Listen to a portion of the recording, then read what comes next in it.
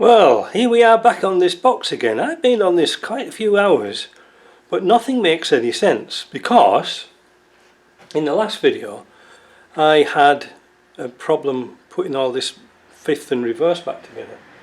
And what it turned out to be, I don't know if it was the last video, I can't remember what it was. I couldn't get the circlip in. The circlip was very tight, and also I couldn't get these split washers in here, these split rings in here, they wouldn't go in. So what I did was I went down to JP's this morning and he made me a new washer here, which was 2/1000 of an inch thinner. Alright, put that on, put that bushing in, put the gear on, the reverse gear, that in, and this is where I started to get a bit of a problem. Because I didn't take this apart.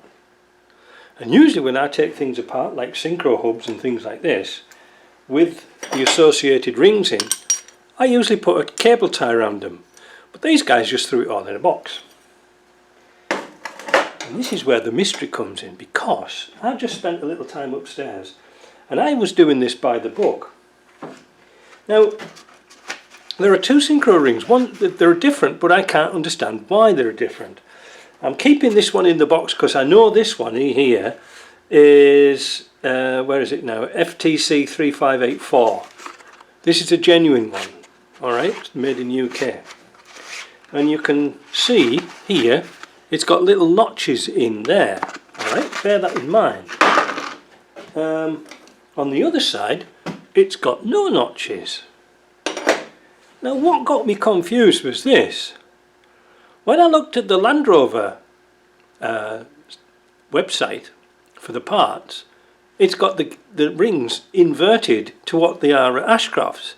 Now when I had them the way that the Land Rover said, I couldn't get these rings in. It was tight. The rings were pretty tight on this gear. This is the 5th gear. This is the old gear. We're going to upgrade it to a new gear. That one's 19 teeth and this one's 20. Alright. So according to the Ashcrofts, this one should be 5th, but according to Land Rover, this one should be 5th. See the difference? Not much, eh? But there's a cutout here, and I think they're a slightly different diameter. So what we're going to do is assemble this using these the wrong way around. So we're going to put this one onto 5th, like that. And then we're going to assemble this. Now remember when I said in the last video, these little 5 marks here actually point towards reverse, not 5th. What a confusing carry on, isn't it? So let's try that. Now with a bit of luck, when I put this together, the gap for the snap ring should be perfect. You don't want to let these go because the bloody little rings will go all over the place. So you've got to line up the shaft, line up the spline, and also get this little shuttle thing here in the place. There we go. Now you have to hold on to them because you don't want them to ping. Oh, Jesus. I wish you could see this. I wish I could see it. So, right. I must have had this off on and off about 20 times.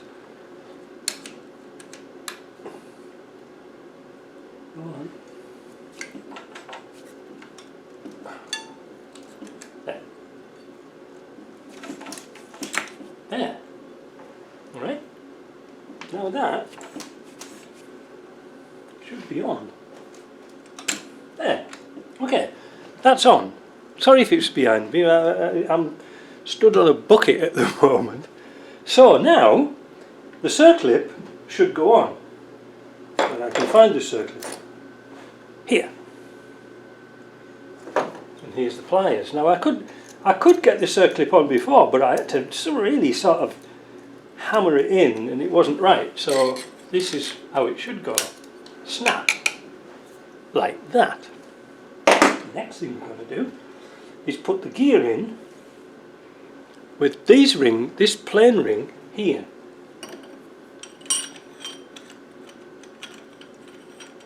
Towards fifth, if it will. Then we get the bearing, stick a bit of oil on it,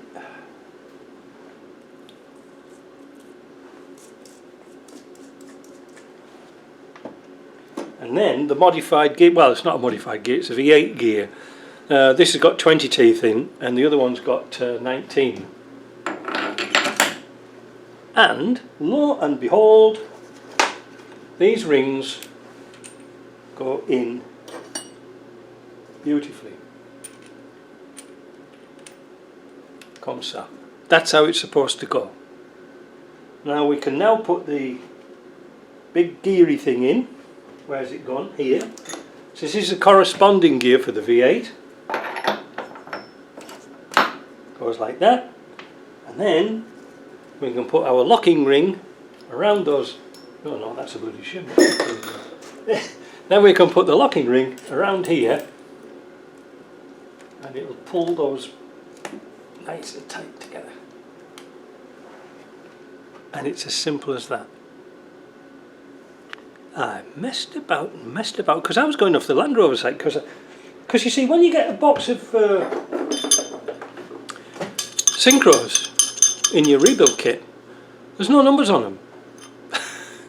So there's no numbers on them at all, so there is a difference. There's like these with the little cutouts in, and there's these without any cutouts in.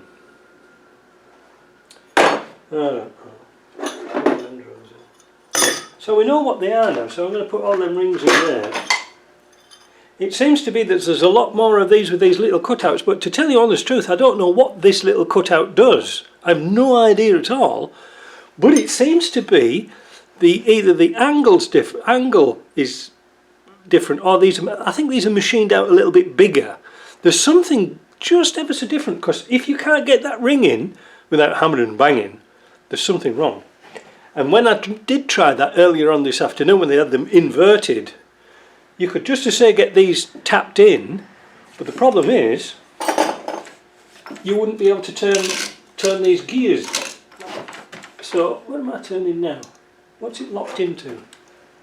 Wait a minute. Yeah, that's it. Yeah, that's it. It wouldn't turn the gears. Oh yeah, because that's turning the lay shaft, not that one. Rookie mistake. But basically that is it. Now I have had enough for today. I'm sick as a pig of doing this job now. I'm going to call it a day. We've got an original shim. It was, like I said, 2,000th of an inch. Helped to put the snap ring on.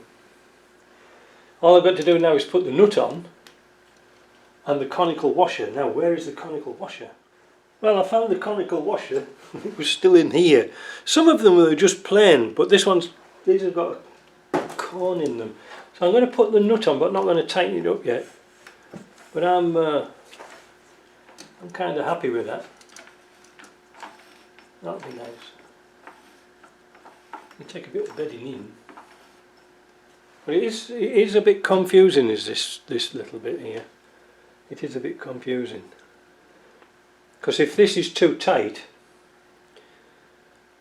you shouldn't have to hammer those half moon things in, otherwise it'll put too much pressure on it. Just a little bit of a PS. These washers seem to be a different thickness. I just tried it, and there should be a nice sliding fit into here. Now I've got two sets now, because I've got the old set and I've got the replacement set. That one fits in nice. That's a bit tight. It's a little bit tight. Now I think I had a problem with these once before. So I'm going to put these ones in. I think they're the original ones. Well, I'll carry on. Right, that's in.